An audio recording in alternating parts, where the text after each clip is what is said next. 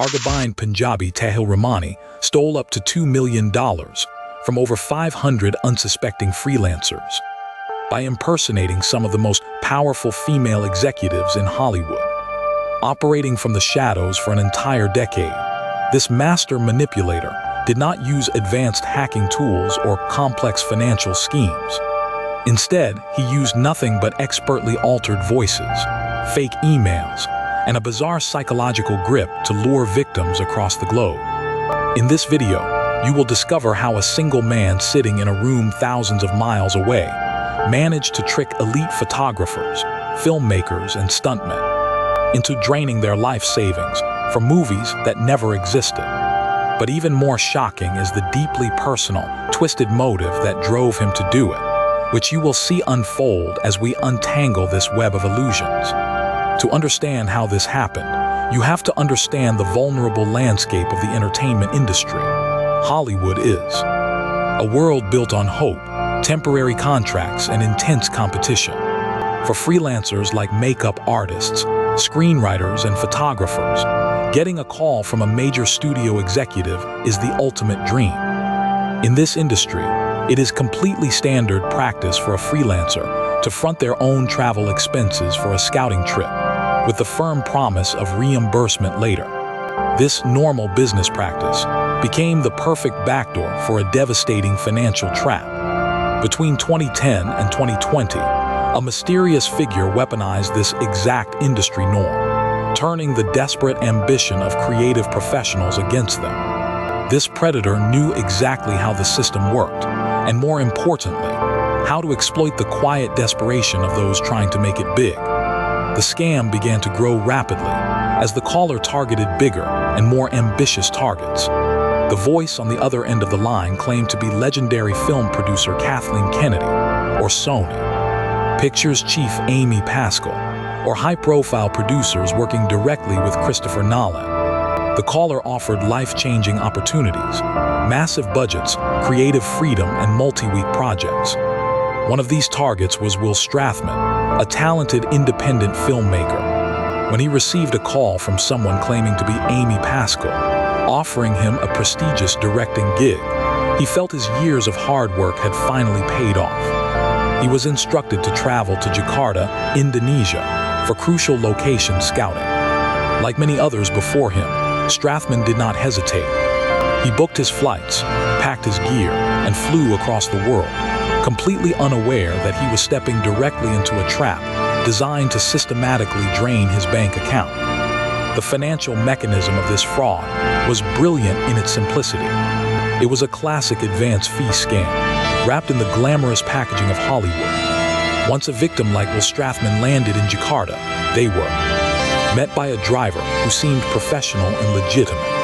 But then the unexpected fees began. The victim was told they had to pay cash up front for transit permits, local photography licenses, translation services, and security. The voice on the phone, the supposed Hollywood executive, assured them that every single dollar would be fully reimbursed as soon as they returned to Los Angeles. To keep the victims from realizing they were being conned, the scammer used a genius local excuse: Jakarta's infamous gridlock traffic.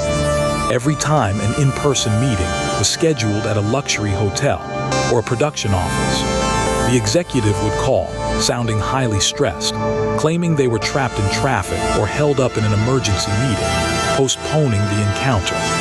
Meanwhile, the victims kept paying the local drivers and fixers in cash. In reality, these local service providers were either accomplices or fronts, and the cash was being funneled directly back to Hargobind Tahil Rahmani.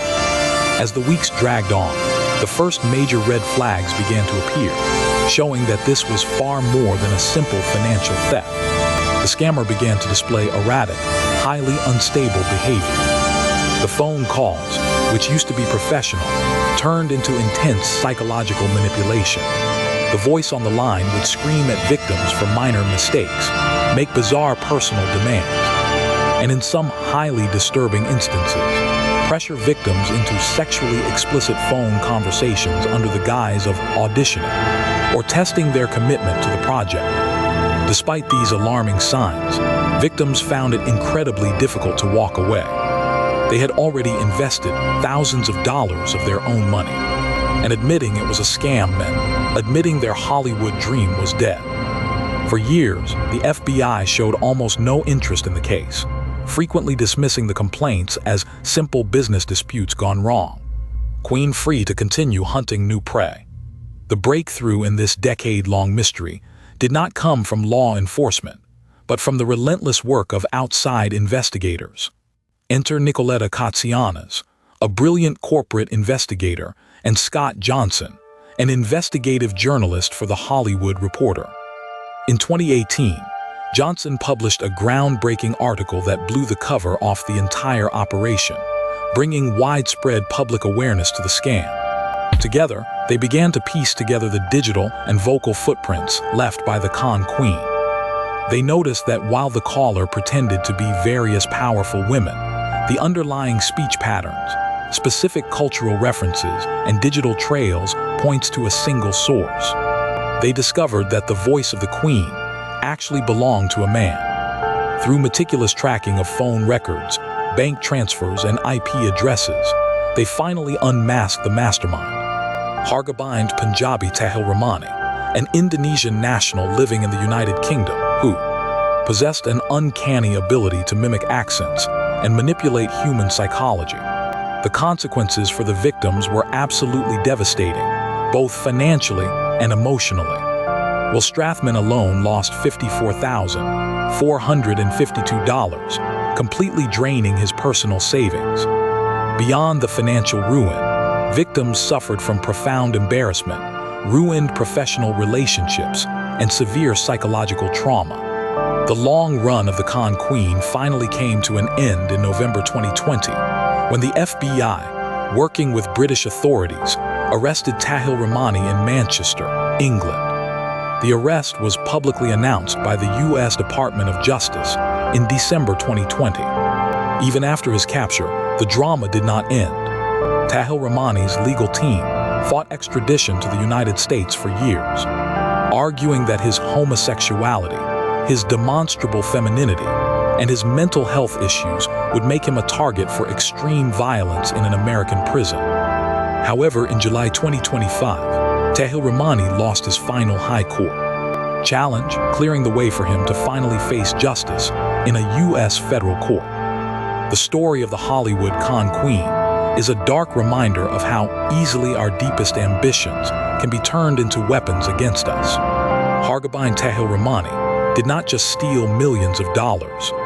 He systematically dismantled the dreams of hundreds of hard-working creative professionals who only wanted a chance to prove themselves.